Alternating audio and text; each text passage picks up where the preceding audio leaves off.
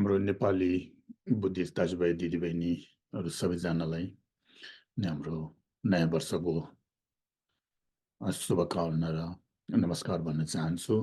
आज म तपाईँहरूको अगाडि आएर दिनको मनको शान्ति कसरी बढाउने र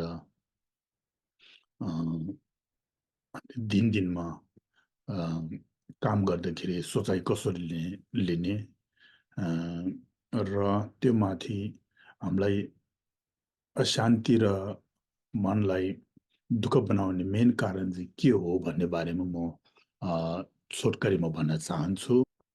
त्यो बुद्धले भनेको छ सबैजना सबै प्राणी यसमा यो यो बुद्धिस्टहरू शान्ति होस् होइन, अर्को धर्म मान्ने हिन्दू मुस्लिम क्रिस्चियन यो शान्ति नहोस् भन्ने यसमा हाम्रो बुद्धको धर्ममा छैन।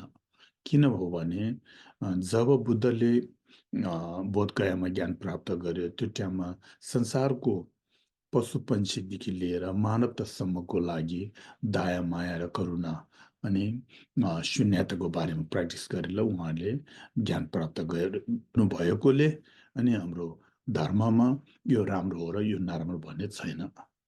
त्यस कारणले सबै व्यक्ति सबै पशु पंक्षी र मानवताहरू सबैजनालाई सुख चाहिन्छ, दुःख नचाहिने एउटै हो भनेर बुद्ध र उहाँको फलोवर हाम्रो इन्डियनको ग्रेट मास्टरहरू होइन सबैजनाले शास्त्रमा भनिरहेको छ। त्यसो हो भने हामीले शान्ति कसरी दिनको शान्ति कसरी लिने, दिनको खुसी कसरी लिने भन्ने बारेमा मेन कुरा चाहिँ यो रहेछ। मुख्य कुरा चाहिँ होइन, हामीले जे काम गर्नु सुरु गरेको छ होइन, नगर्दै म यो यस्तो गर्दैछु, यो ठाउँमा जाँदैछु होइन, त्यहाँ गएर मेरो काम सफल जसरी हुन्छ भन्ने हामीले आशा चाहिँ नलिएर गयो भने राम्रो हुँदो रहेछ। दुईटा बाटो लिने, म त्यहाँ जाँदैछु होइन, अनि कामको लागि जाँदैछु अनि सफल भयो भने राम्रो हो, नभए पनि केही पनि छैन भन्ने दुई तरिकाको बाटो लिएर गयो भने अनि सफलता भयो भने त्यो भन्नु पनि राम्रै हो होइन।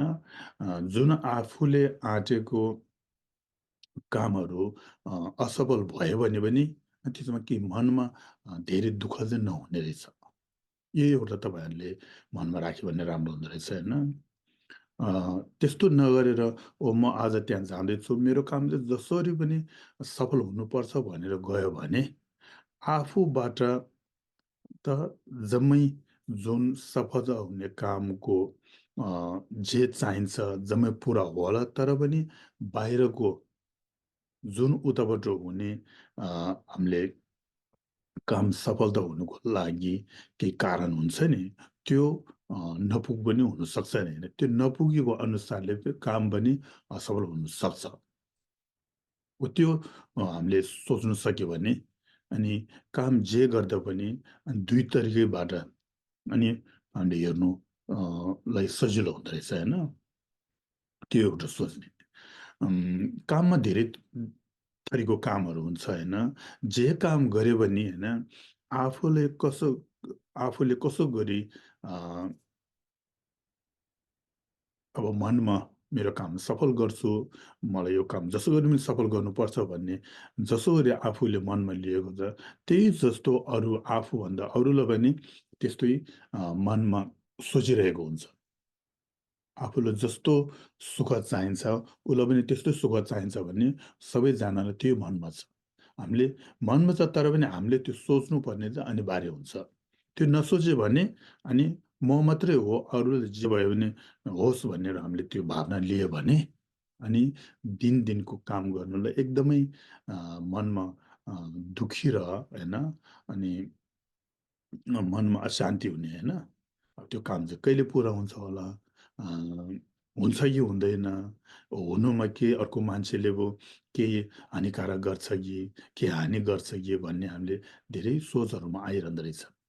त्यस कारणले हामीले जे काम गर्दा पनि दुईटा सोचाइ लिएर म सफल गर्छु सफल भयो भने राम्रो हो, नभए केही पनि छैन भन्ने एउटा मनमा त्यो लियो भने पनि अलिकति दिनको व्यवहार गर्नुलाई सजिलो हुँदो रहेछ होइन? त्यो हो। त्योभन्दा मुख्य कुरा के हो भने हामीलाई सबैजनालाई रिस र राग भन्ने छ होइन? रिसले गर्दाखेरि होइन हाम्रो दिनको व्यवहारलाई हानि अ, कारक गर्ने त भन्नै पर्दैन होइन?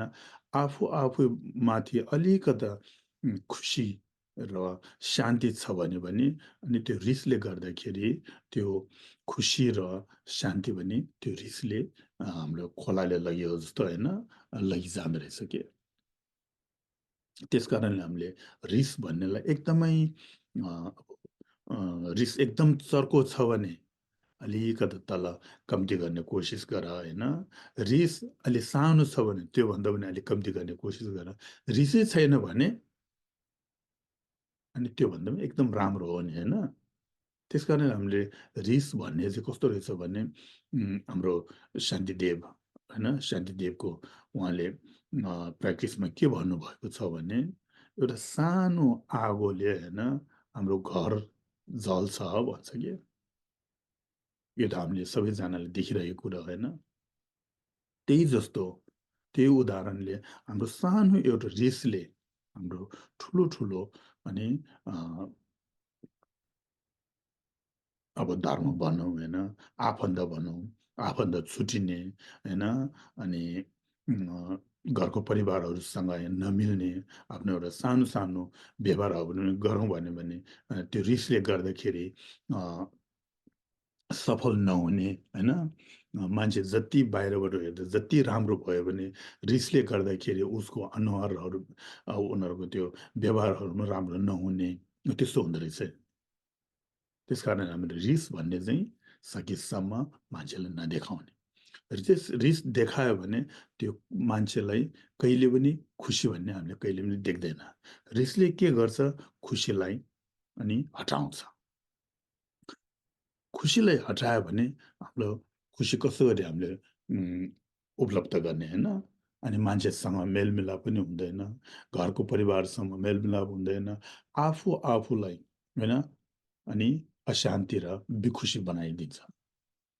त्यसकारण रिस भन्ने चाहिँ हामीले सबैजनाले अब एकैचोटि त हामीले अ, हटाउन सक्दैन होइन। तर पनि म जहिले पनि के भन्छु भने अब हिउँदो लागिसकेपछि के हुँदो रहेछ होइन, रुखको उम्, जरा छ, हाँगाहरू छ, तर पनि त्यसमा पात र अनि फुलहरू एउटा पनि छैन नि होइन। त्यही जस्तो हामीले यो जन्ममा होइन रिस भन्ने चाहिँ मेरो मेन शत्रु हो। यसले मलाई कहिले पनि मद्दत गर्दैन। यसलाई त म जहिले पनि हराउँछु भन्ने चाहिँ हामीले मनमा सोचाइ लिएर काम गर्न सक्यो भने हाम्रो दिनको व्यवहारलाई राम्रो हुँदो रहेछ।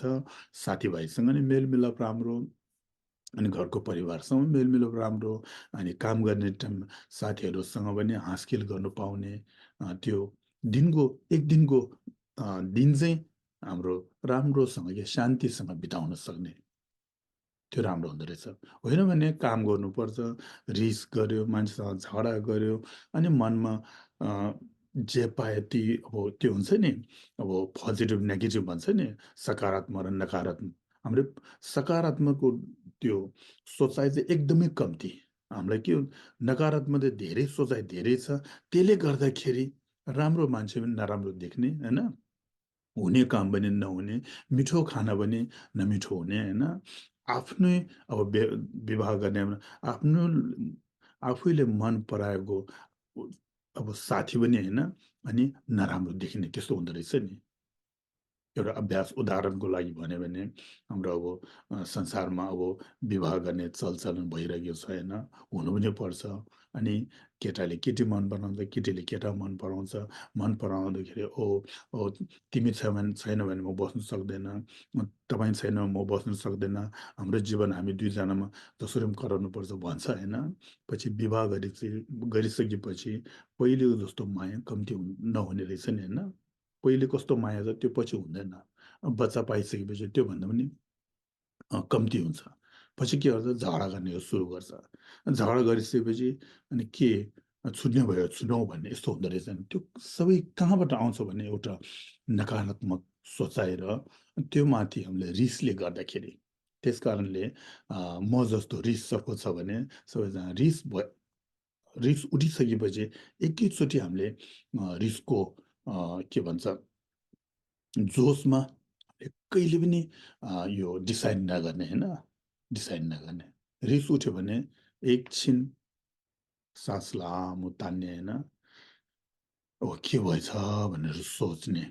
यसले मलाई अ, मद्दत गर्दैछ कि यसले मलाई दुःख गर्दै दुखित बनाउँदैछ भने यस्तो सोच्यो भने त्यो 2-3 सेकेन्डमा अघि रिस अर्को भएको रिस पनि अलिकति कम्ती हुने चाहिँ यो हाम्रो बुद्धिस्टको शास्त्रमा त छ।